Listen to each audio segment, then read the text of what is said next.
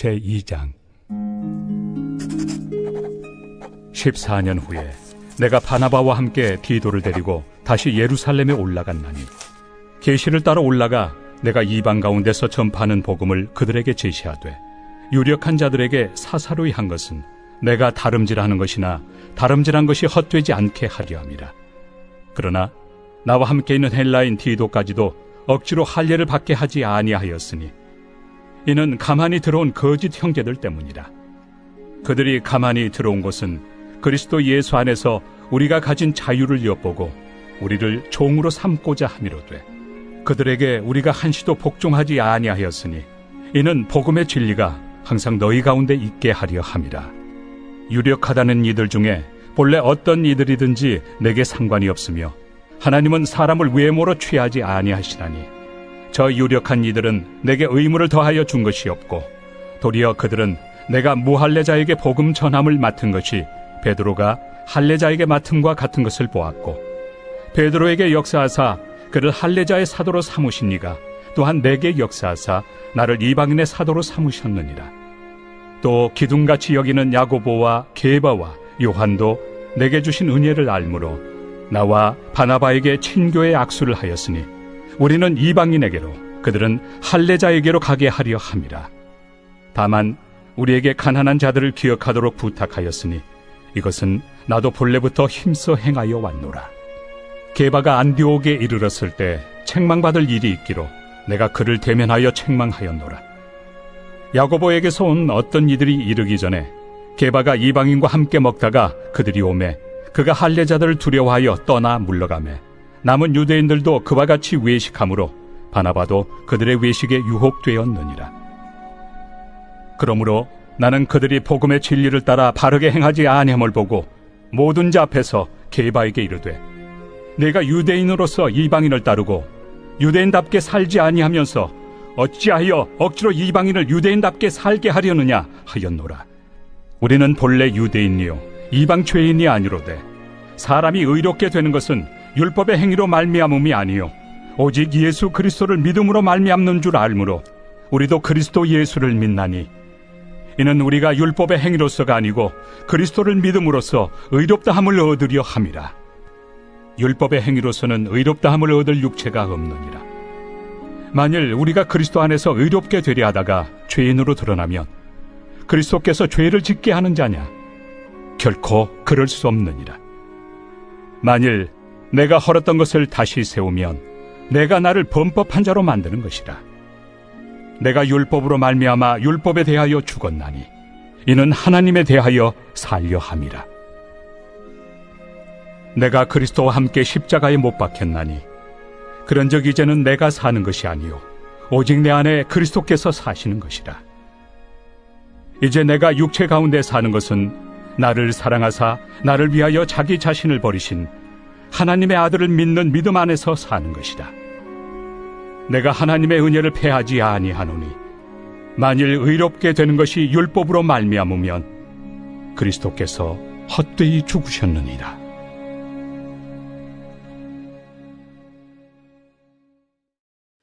그리스도인의 삶 속에 무엇보다 중요한 단어가 있다면 저는 복음이라고 생각됩니다. 예수 그리스도께서 우리를 위하여 행하신 십자가 사건과 또 예수 그리스도의 부활의 사건, 이를 통해 예수 그리스도께서 우리의 주 되심을 내가 믿는 믿음 안에서 구원의 확신을 가지고 살아가는 그 복음의 내용은 무엇보다 중요합니다. 그러나 우리가 복음을 안다는 것은 단지 내 죄의 문제가 예수님의 십자가 사건을 통해서 다 해결되었다라고 하는 사실만 이해하고 동의하는 수준의 것이 아닙니다. 복음을 안다는 것은 곧 예수 그리스도를 통해서 하나님 앞에 서게 되었다는 것이고 하나님 앞에 섰다는 것은 하나님을 대면하여 아는 자와 같이 그렇게 하나님을 깊이 아는 자의 삶을 살게 되었다는 말이기도 합니다. 그런 점에서 복음을 안다는 것은 하나님을 아는 것입니다. 더불어 복음을 안다는 것은 하나님 앞에 선 내가 누구인지를 아는 것입니다. 하나님의 말씀에 비추어서 하나님 앞에서 오늘 인간으로 살아가고 있는 내가 어떤 상태이고 어떤 연약함 가운데 있으며 어떤 부족함을 가지고 하나님 앞에 엎드리는지 그럼에도 불구하고 내가 얼마나 하나님의 긍휼과 자비와 사랑을 필요로 하고 또한 그것을 누리며 살아가는지, 내가 누구인지, 내가 무엇하는지, 이 모든 삶의 궁극적인 문제들을 하나님 앞에서 알게 된다는 것입니다. 그런 점에서 복음을 안다는 것은 나를 아는 것입니다. 더불어 복음을 안다는 것은 우리가 어떻게 살아야 할지에 대한 지혜를 얻는 것이기도 합니다. 무엇이 하나님의 뜻인지, 무엇이 하나님의 계획인지, 나를 향한 하나님의 경륜이 무엇인지 이것을 알기에 그렇게 복음에 합당한 삶을 살아가기까지 내가 어떤 길을 선택하며 살아갈지가 바로 복음 앞에서 명쾌해진다는 이야기입니다. 더불어 우리의 삶의 목적도 분명해지지 않겠습니까? 복음이 우리 안에 명확해질 때, 그래서 내 안에 계신 예수 그리스도, 그분을 깊이 알고 그분의 마음을 알고 또 예수 그리스도 앞에 서 있는 내가 어떤 삶의 목적을 가지고 살아가야 할지에 대해서 내가 명확하게 알았다면 우리는 왜 사는지에 대한 명확한 인식도 바로 복음으로 인하여서 경험할 수 있다는 것입니다.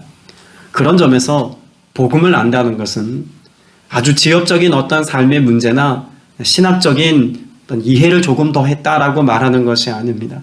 복음은 우리 신앙생활 영역에 있는 모든 것들을 하나님 안에서 알고 산다라고 하는 그런 이해를 우리에게 말하고 있는 것이죠. 그런 점에서 우리는 복음을 아는 자 되어야 합니다. 그러나 더 중요한 것이 있습니다. 복음을 그렇게 아는 자 되어 살아가는 것만큼이나 내가 복음에 합당한 삶을 살아가는 것과 복음을 따라 살아가는 삶도 살아야 한다는 것입니다. 분명히 복음은 이해했는데, 그래서 복음 앞에선 나의 삶도 명확하게 이해했는데, 내가 살아가는 삶의 현장에서 복음과 상관없이 살아가는 인생이라면 그 이해함과 그 모든 깨달음이 무슨 소용이 있겠습니까? 우리의 삶은 복음에 합당한 삶이어야 하고 또 복음에 합당한 열매를 맺는 삶이어야 합니다. 때문에 사도 바울은 고린도 교회에서도 그랬고 갈라디아 교회 성도들에게도 그렇고 우리가 그리스도 안에서 복음에 합당한 삶, 복음을 따라가는 삶, 세상 가운데 빛과 소금의 역할을 감당하자면 우리가 무엇 되어야 한다고 말합니까? 교회가 되라고 말합니다.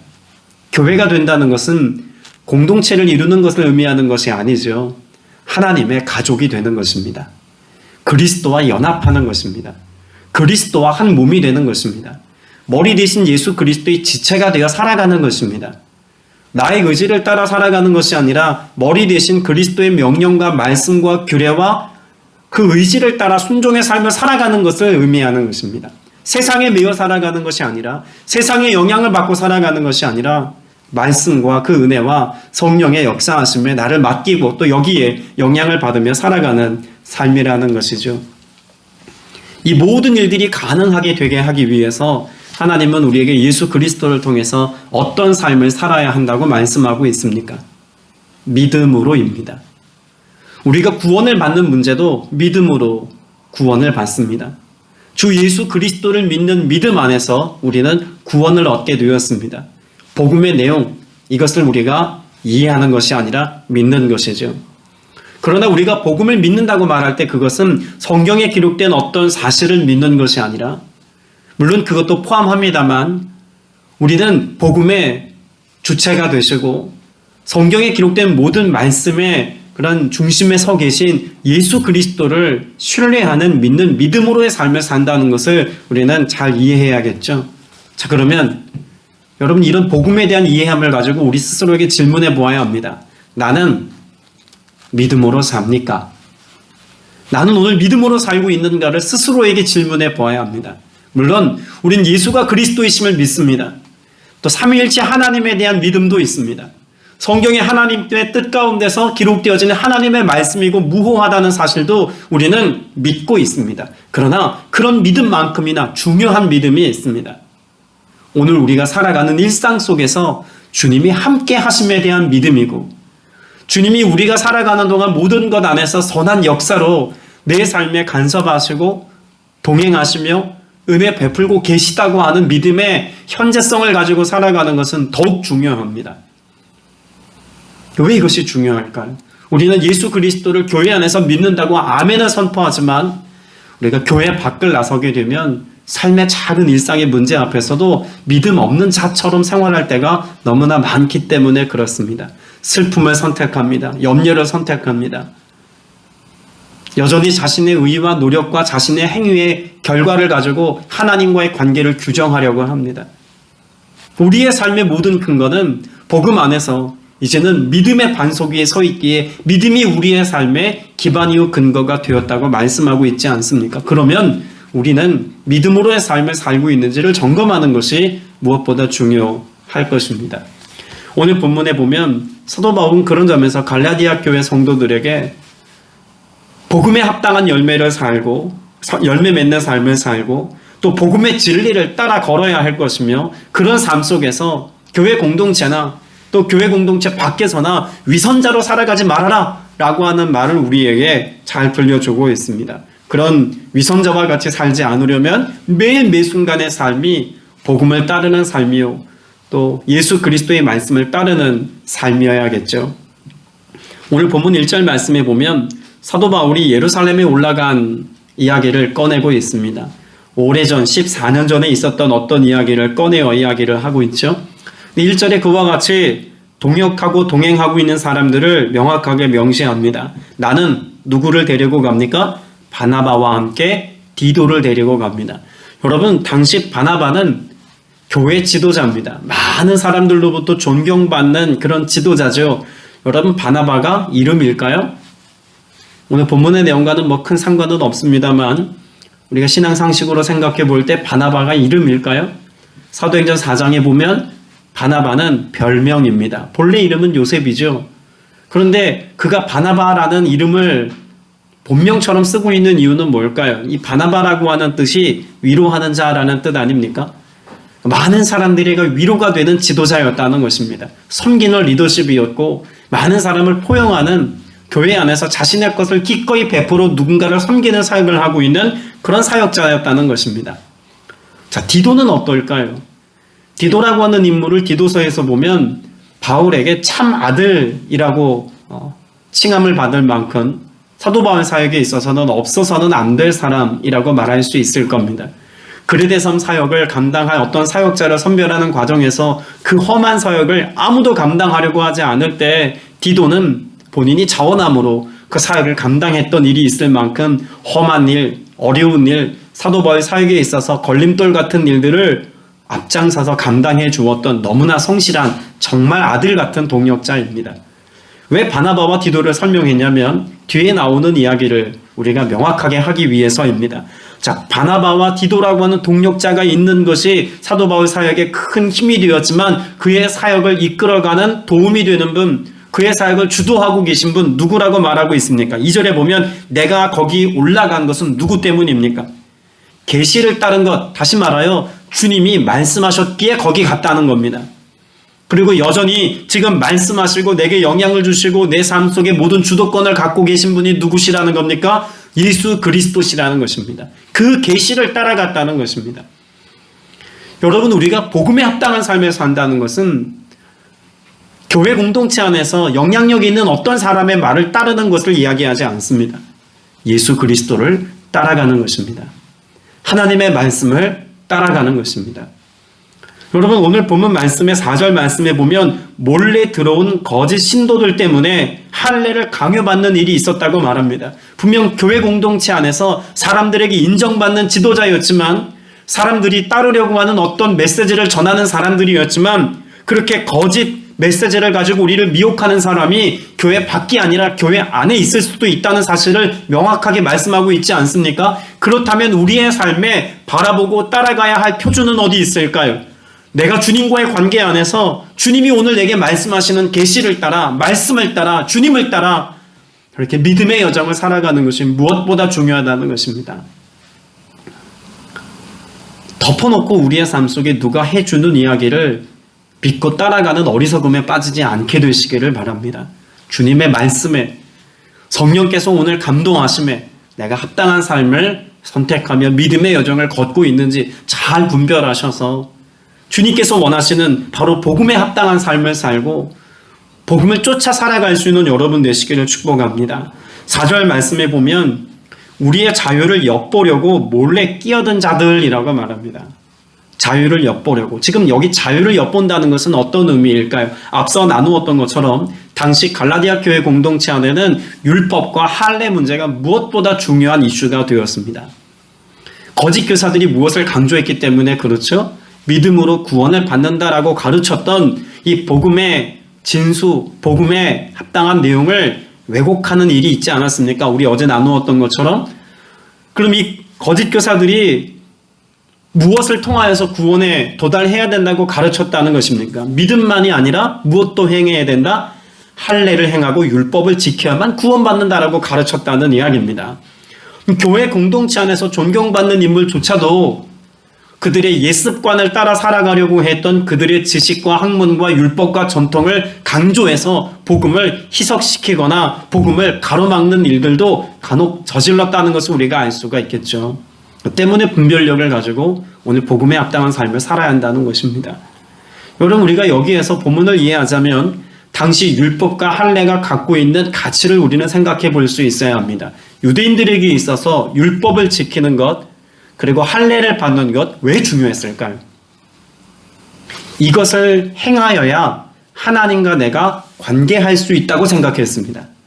율법을 지킬 때 하나님께 인정받고 할례를 받을 때 하나님의 백성으로 인준을 받고 하나님의 말씀인 그 율법을 내가 매일 매순간 지킬 때 매일 매순간 하나님의 돌봄을 받을 수 있다는 이야기입니다. 그럼 만일 율법을 지키지 않으면 하나님의 사랑은 내게서 끊어졌다고 생각합니다.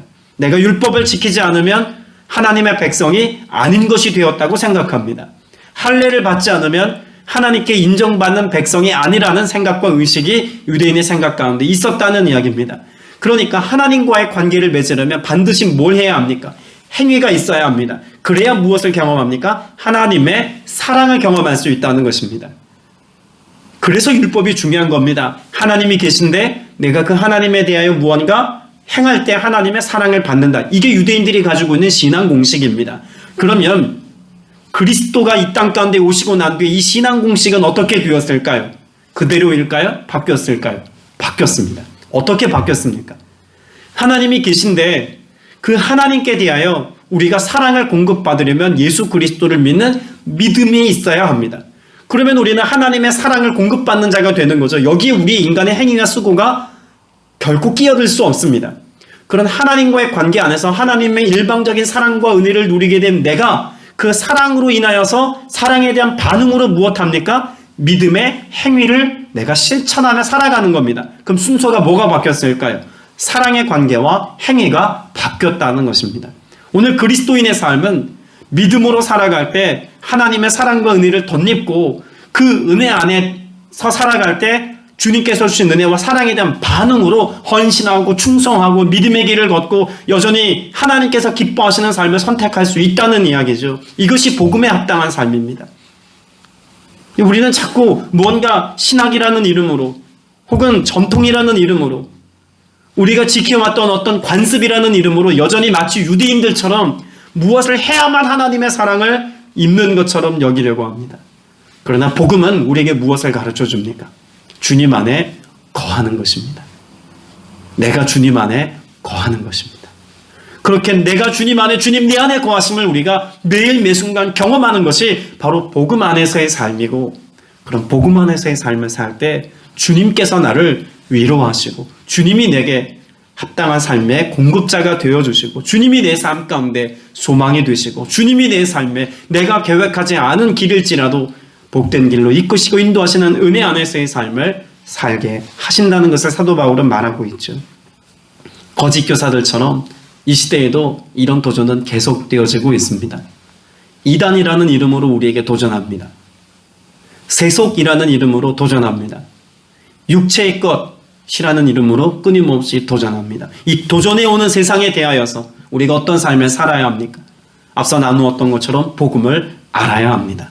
그리고 복음을 삶으로 살아야 할 줄로 믿습니다. 11절 이하에 보면 사도 바울과 베드로가 만나서 교제했던 어떤 때를 떠올리면서 사도 바울이 베드로를 나무랬던 어떤 사건을 언급하고 있지 않습니까? 사도 바울은 내가 베드로보다 권위 있다 이런 걸 지금 증명하려고 이런 이야기 하는 게 아닙니다. 13절 말씀에 보면 나머지 유대 사람들도 그와 함께 뭐하였고 위선하였고 마침내는 바나바까지도 그들의 위선에 끌려갔습니다. 자, 위선이라는 이야기를 합니다. 개역개정 성경에 보면 외식에 유혹되었다라고도 말하죠. 사도 바울이 지금 끄집어내어서 이야기하려는 것이 무엇입니까? 겉으로 보여지는 외식, 다른 사람들에게 보여지는 것에 대한 가치를 따라 살아가고 하는 그런 위선에 대하여 이야기하려고 한다는 것입니다. 여러분, 이 위선과 외식의 문제에 걸린 사람이 누구입니까? 베드로입니다. 바나바입니다. 당시 교회는 과도기를 지나고 있었습니다. 유대교적인 전통도 지켜야 할 것이고 더불어서 복음의 메시지도 삶에 합당하게 살아내야 했던 이런 과도기 안에 있었습니다. 그러다 보니까 베드로도 인간적인 마음 가지고 있었겠죠.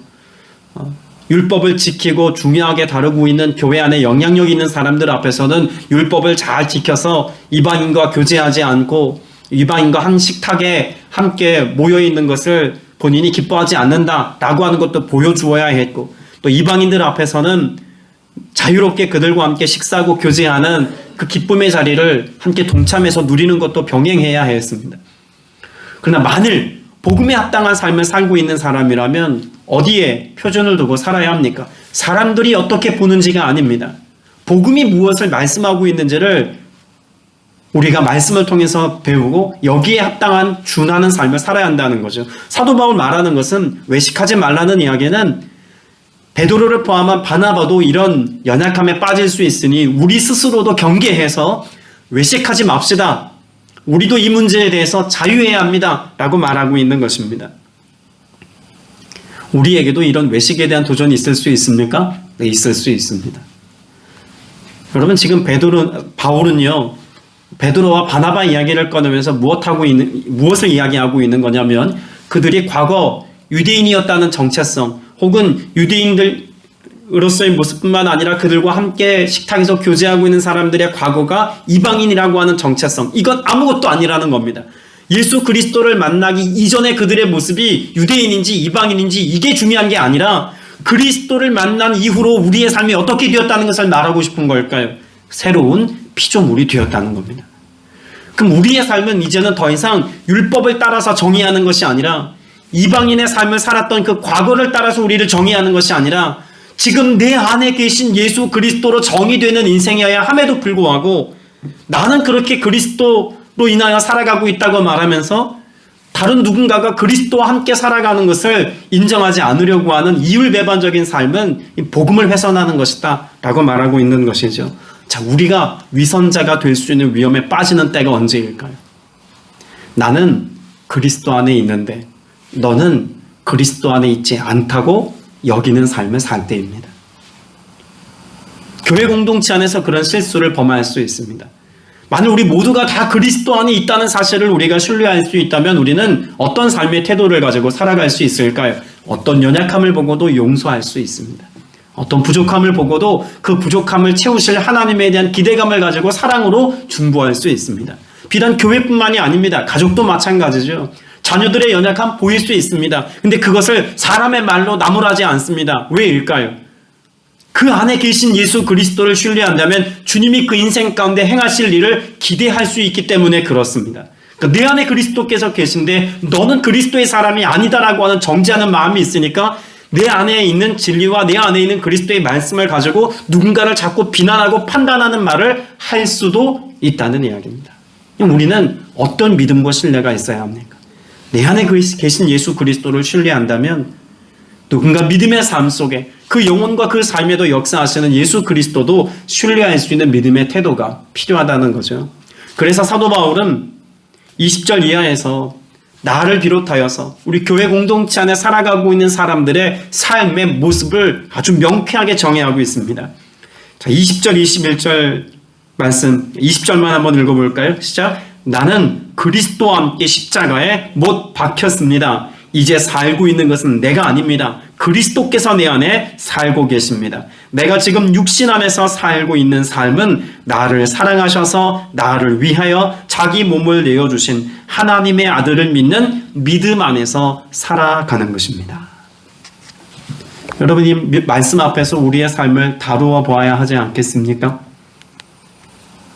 여러분의 삶은 십자가에 못 박혀서 육신의 정욕과 안목의 정욕과 이생의 자랑이 더 이상 나를 주장하지 않는 삶이 되었습니까?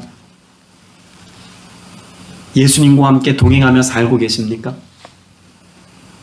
오늘 내 안에서 말씀하고 계신 주님의 말씀을 듣고 그 말씀에 순종하는 삶을 살고 계십니까? 더불어 내 안에 계신 예수 그리스도뿐만 아니라 주님께서 우리와 교제하게 하신 믿음의 공동체 안에 있는 그 지체 역시도 하나님의 주권 아래, 하나님의 통치 아래 있다는 것을 신뢰하십니까? 우리의 가정이, 우리 교회가 주님의 다스림과 주님의 머리 되심 속에서 주님이 붙잡고 계심을 여러분 신뢰합니까? 여러분, 이 사실을 믿으면 우리가 두려워할 이유가 전혀 없습니다. 아무리 세상이 요란해도, 아무리 세상의 근심과 걱정과 염려를 가지고 우리에게 도전해 와도 여러분, 이 문제 앞에서 우리가 흔들리지 않습니다. 염려하지 않습니다. 왜일까요? 역사의 주관자 되시는 분은 하나님이시기 때문에 그렇습니다. 내 인생을 포함한 우리 모든 삶의 지경이 그렇습니다. 오늘 우리가 신뢰할 것은 내 안에 살아계신 예수 그리스도, 우리 안에 계신 예수 그리스도인 줄로 믿습니다. 말씀을 믿습니다. 어떤 유명한 믿음의 신학자가 이런 고백을 합니다. 하나님 앞에 살아가는 그리스도인은 하나님 앞에서는 기도하는 자의 모습으로, 세상 앞에서는 설교하는 자의 모습으로 살아야 한다라고 말합니다.